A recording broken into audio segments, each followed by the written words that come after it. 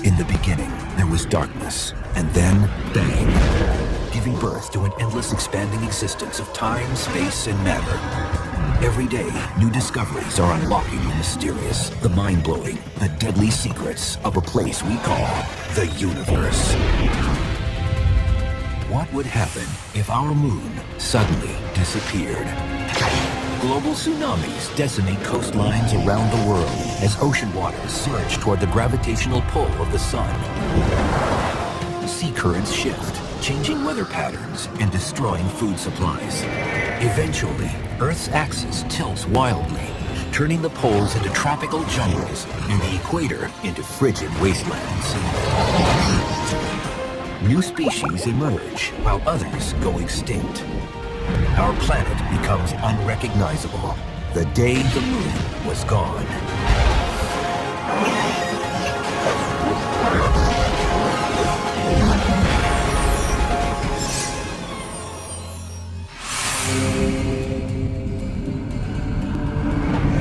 The moon is a barren, lifeless rock, but it plays a surprisingly important role in the story of life on Earth. How important? Let's remove it from the sky and find out. Strange things start to happen almost immediately. People on the coast are the first to notice the change. This would probably create something like a tsunami, a tidal wave, which would be very dramatic indeed.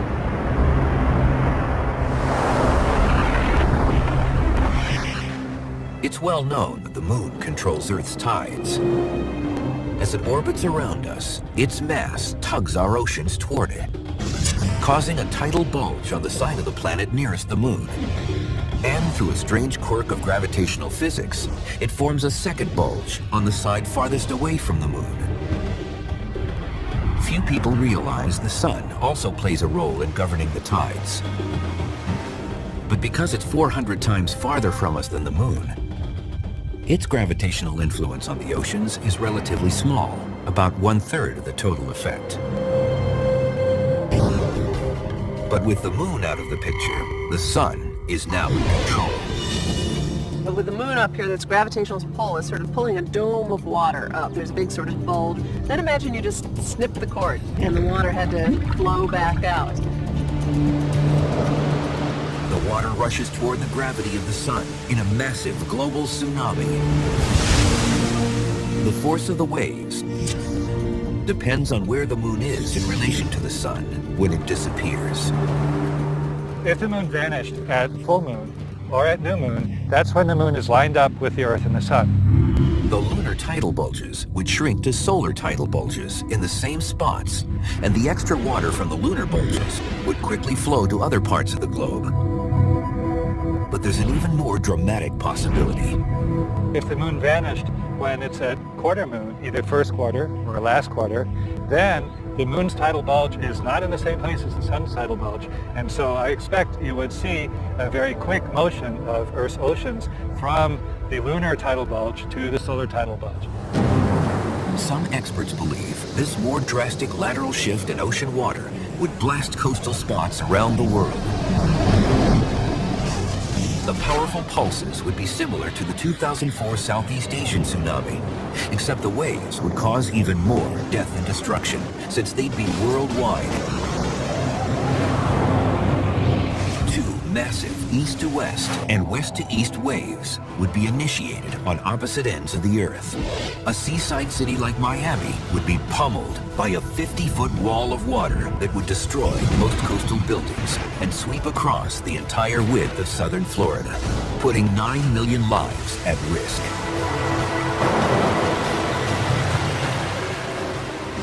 But with such a titanic shift of water, could there be other unpredictable results?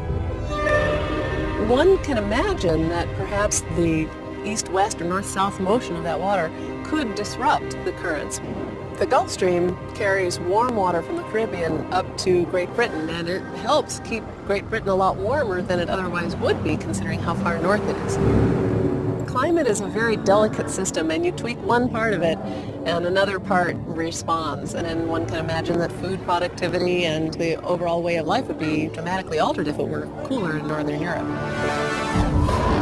The Sahara Desert is a great example of some place that used to be green and lush and now is completely a desert.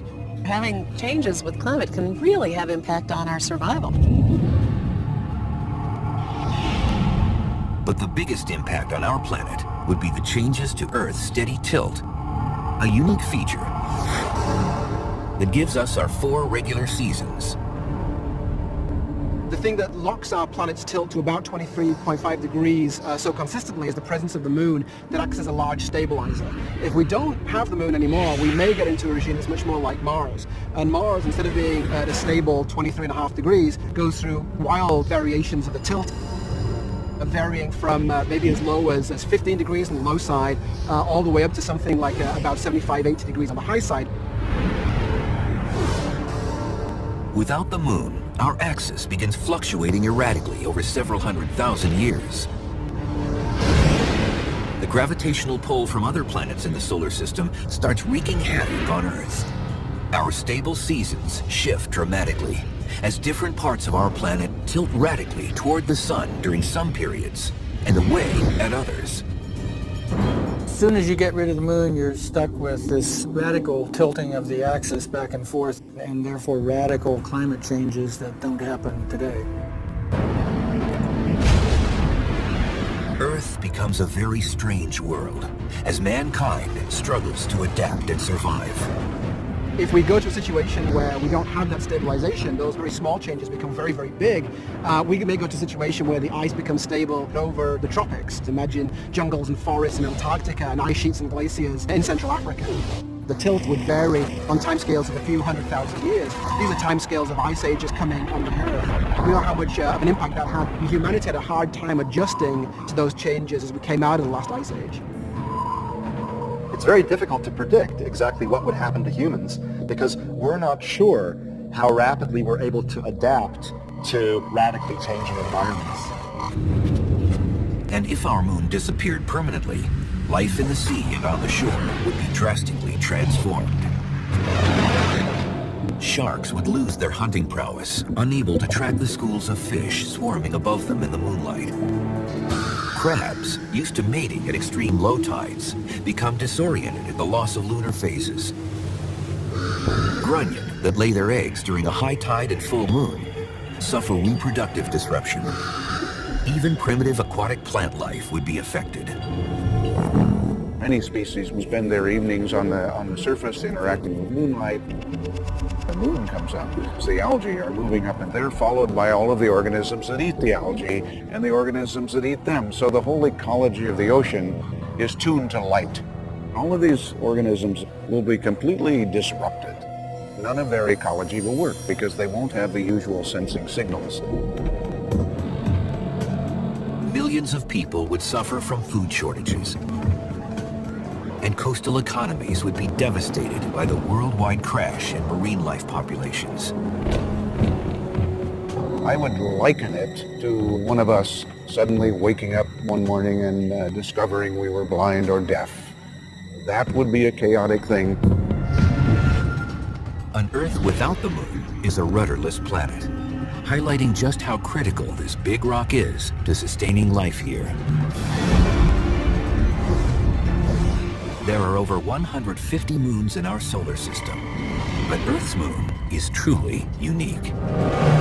Our moon is unlike any of the other moons in the solar system. It is huge compared to Earth. It's about a quarter the size of Earth, and you don't see that on any of the other planets.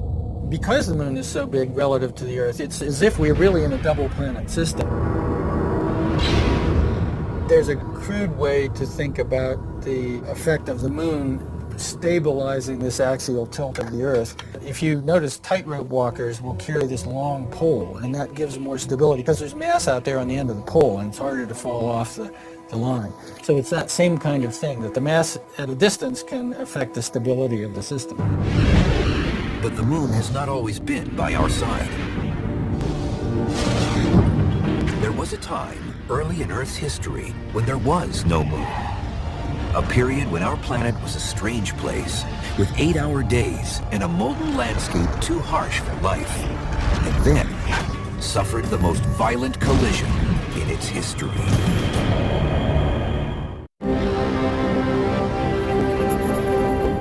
It's hard to imagine, but there was a time when our Earth did not have a moon.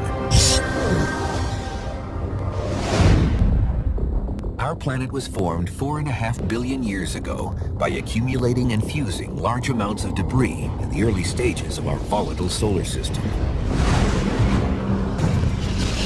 During that early period, our moonless Earth was a monstrous stew of flowing lava, molten rock, and liquid iron. Its atmosphere was filled with carbon dioxide, belched from the bowels of the Earth, thick, heavy, and uninhabitable for life. There was almost nothing on the planet. This was a nasty place to be. Lots of things were condensing. It was an extremely hostile place, even to rock chemistry. So the rocks were melted. Everything was a mess. Our original Earth without its moon was an unrecognizable world. The early Earth was a really hot place. In fact, that era of the Earth is called the Hadean, like Hades, because it was really hot. There was a tremendous amount of volcanism and a lot of impacts coming in. There was probably a lot of lightning and outgassing, both from the volcanoes and from steam. The stability of our early solar system was not much better. It was created out of a huge disk of gas, debris, and dust that swirled around the newly formed sun. Our early solar system was kind of like a roller derby. Everybody was generally going in the same direction, but there was a lot of chaos. There was a lot of clumping and accreting and things getting flung to the inside and crossing lanes to the outside. People all spilling over each other, mashing up in the corner. It was a real mess.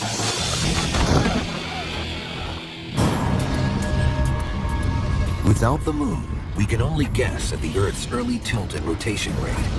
That would have been determined by the multiple glancing collisions from the innumerable asteroids and protoplanets that ricocheted throughout our early solar system. If you kind of average over the solar system, you look at all the planets and the big asteroids and make a bell curve of rotation speeds, it looks like the typical rotation speed might be 8 hours or something like that. So we could make a guess that that might have been the likely rotation speed before the moon was formed. Then, about 10 million years after our moonless Earth began taking shape, there was a massive collision. Now widely accepted by astronomers, the giant impact theory says that a Mars-sized planet collided at an oblique angle at 25,000 miles per hour with Earth. The impactor blasted more than 70% of the Earth's molten crust into space. A giant whirling arm made up of 5 billion cubic miles of blazing rock and light metals was launched into orbit around our planet. The gravity of the larger chunks began pulling smaller particles towards them. Within 1 year, it coalesced into our moon. The only materials that were blown out from the Earth were the crustal rocky material, and that's what the moon's made out of. And in fact, if you go to any other place in the solar system, for example Mars, or look at meteorites that come from the asteroid belt, there are certain ratios of the different types of oxygen. That ratio in other parts of the solar system is very different than what we see in the Earth. Now we fly to the moon, we get the moon rocks, we bring them back. They have exactly the same oxygen isotope ratio as the Earth. So that material came out of the Earth, and that fits this idea of an impact theory. The energy released in the giant collision equaled a force of 6 trillion atomic bombs. That's 1,000 atom bombs for every person in Earth's current population of 6 billion people.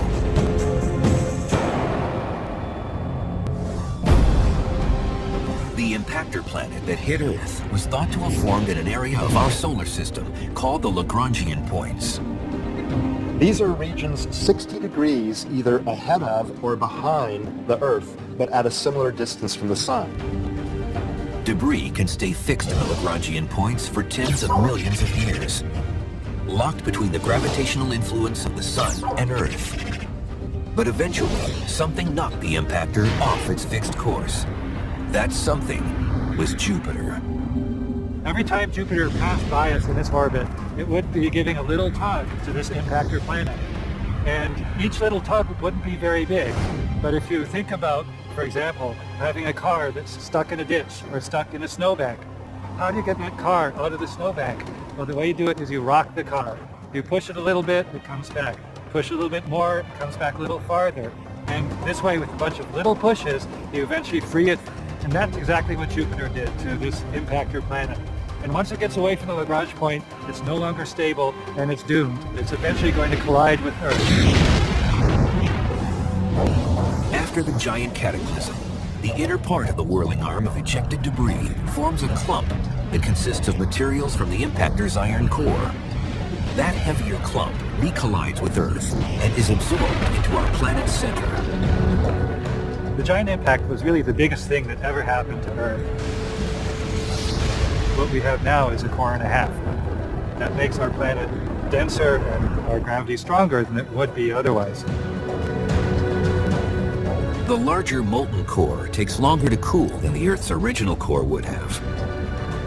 Heat is constantly pushed up and through the thin crust of the Earth, creating fissures. It's possible that this larger core helped create the sustained plate tectonic system that formed our continents, a unique planetary feature in our solar system. As an example, Mars was much smaller, it cooled much quicker, and so it has no crustal plates. Most critically, the collision knocks the Earth onto its current axial tilt of 23.5 degrees and speeds up its rotation from 8 hours to just 5 hours. Within a year, the Moon forms, roughly 14,000 miles away from Earth, significantly closer than its current distance of 234,000 miles. You've got this immense moon in the sky, 15 times as big as the present moon. So think about this thing rising and rising and rising until it fills up a pretty big chunk of that evening sky. And imagine it being red because it's full of this molten lava around the surface. And imagine that looming over your head. It's mind-boggling.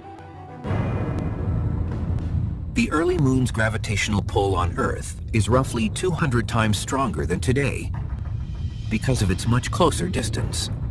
Though no oceans exist yet, the lunar tidal forces are 3,400 times more powerful. They lift and drop large crusts of molten rock to more than half a mile high twice a day. Our early planet's axial tilt stabilizes due to the moon's formation, and its mass acts as an anchor.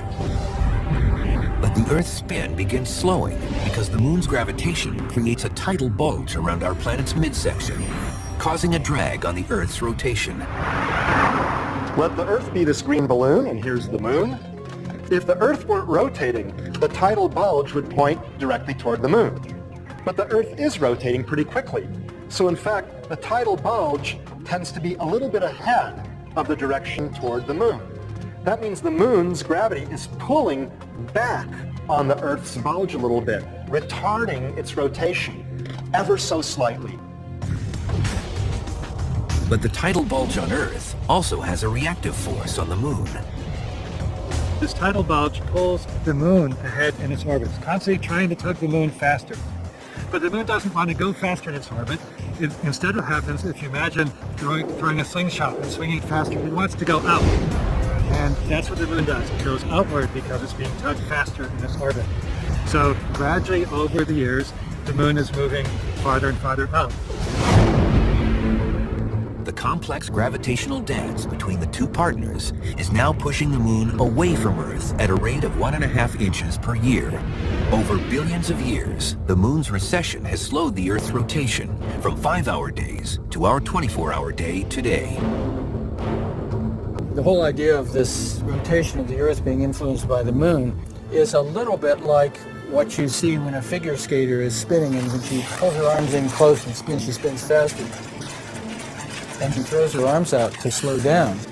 And this is all what the physicists would call angular momentum. But it's the same idea. As the moon moved out, it's kind of like throwing those arms out, and that slows down the rotation in the whole system. But what if the giant impact had never happened? The changes to Earth would be even more drastic than if the moon now suddenly disappeared. Today, would we recognize an Earth that never had a moon? And would humans even exist?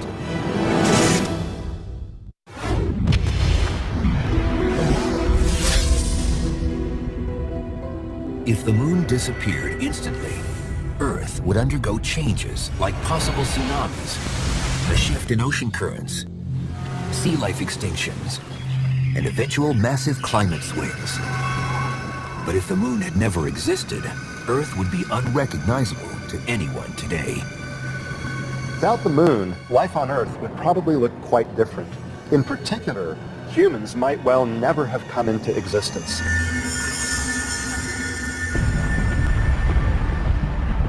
About 150 million years after a moonless Earth forms, 4.5 billion years ago, it moves out of its hot maiden phase and begins cooling. The day is only about 8 hours long. If we had an 8-hour rotation period, we'd have 4 hours of daylight, 4 hours of night. The nights would be totally black if we don't have a moon. Once cooled, our planet is temperate enough to retain water. Heat escaping from Earth's core drives steam and carbon dioxide beyond the surface, creating a thick atmosphere. Over a period of time, many years, all that atmosphere would have kind of collapsed back out, and then as it cooled, the oceans would have formed in torrential rainstorms. Icy asteroids continually pummel the planet, bringing in another large source of water. With a smaller, cooler molten core, there are probably no plate tectonics, and therefore no large mountains and huge ocean basins. Water soon covers most of the planet's more uniform crust. We certainly would have a higher sea level than we have today, less continental area, and that would be a different world. Our blue marble would be even bluer. Ironically, even with all that water, the early moonless Earth would have smaller tides. Determined only by the gravitation of the sun, they would be just 1/3 the size of our current tides. The range between high and low tide would remain constant throughout the year and would occur at exactly the same time each day. And that means the intertidal regions would have been narrower, probably leading to less diversification of life and perhaps even impeding the progress of life from the oceans to the land. Because it's in the intertidal regions where creatures had to develop the ability to survive both in the water and on land. With an 8-hour day, just 4 hours of light followed by 4 hours of moonless black, the early Earth spins 3 times faster than today. The winds howl due to the aerodynamics of Earth's quicker rotation. Jupiter, for example, is a giant planet that spins very rapidly. It has a 10-hour spin period. And it's got ferocious winds in its upper atmosphere, hundreds of miles an hour, and incredible storms like the Great Red Spot, which has been around for centuries. Now, Earth probably would be spinning more rapidly than it is now, and that would generally lead to stronger winds and more violent hurricanes and other storms. Early Earth's fast spin results in another important side effect. The rotation of Earth's core, particularly the molten part of the core, is believed to be what generates our magnetic field. And so the Earth rotates 3 times faster, the magnetic field is 3 times stronger. The enhanced magnetic field over the moonless Earth more effectively deflects high-energy solar flare particles towards the Earth's poles, resulting in larger, more spectacular auroras. But by blocking the solar flares, not as much radiation zaps life in the lower atmosphere, decreasing mutations that drive evolution. A stronger magnetic field might have slowed the rate at which life evolved on Earth. Without the moon, the developing Earth suffers intense climate volatility. over many periods, each lasting several million years, the Earth's axis is pulled and pushed by the Sun and other planets. Without the stabilizing influence of the Moon, conditions would have paralleled what happened to Mars. What we've learned in the last 15 or 20 years is that Mars has a very unstable axis because it has no big moon. And when we look at Mars, and we can actually see on the surface of Mars geological features that formed under very different climate regimes when the polar axis was tilted over. On Mars, we actually see these features like the dry river channels and glacial deposits and other features, ice close to the equator. And so the big realization was, oh yeah, the climate has been changing on Mars, and this explains that we're seeing older features. Like the red planet, a moonless Earth's axis would tilt wildly, turning our planet topsy-turvy. Our axis, over a period of millions of years, would wobble chaotically. It would sometimes be vertical, it would sometimes be close to horizontal. When it's vertical, then the whole Earth might be kind of a tropical paradise. When it's horizontal, you could actually have the poles pointing towards the sun and the poles actually getting jumbled. So you'd see very big changes in Earth's climate as a result of this chaotic wandering of Earth's axis. And this would make it more difficult for life to flourish because it would constantly have to adapt to different conditions, to ice ages and to extremely hot ages.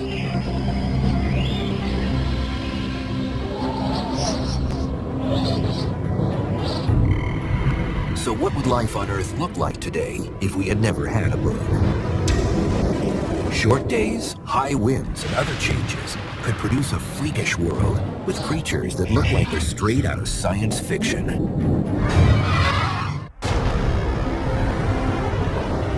The moon was formed billions of years ago when a planet-sized asteroid crashed into Earth. But what if that violent collision never happened? If the moon never came along to stabilize our planet, Earth would be an alien place. The spin of early Earth was very fast, with about 4 hours of daylight followed by 4 hours of darkness. Over billions of years,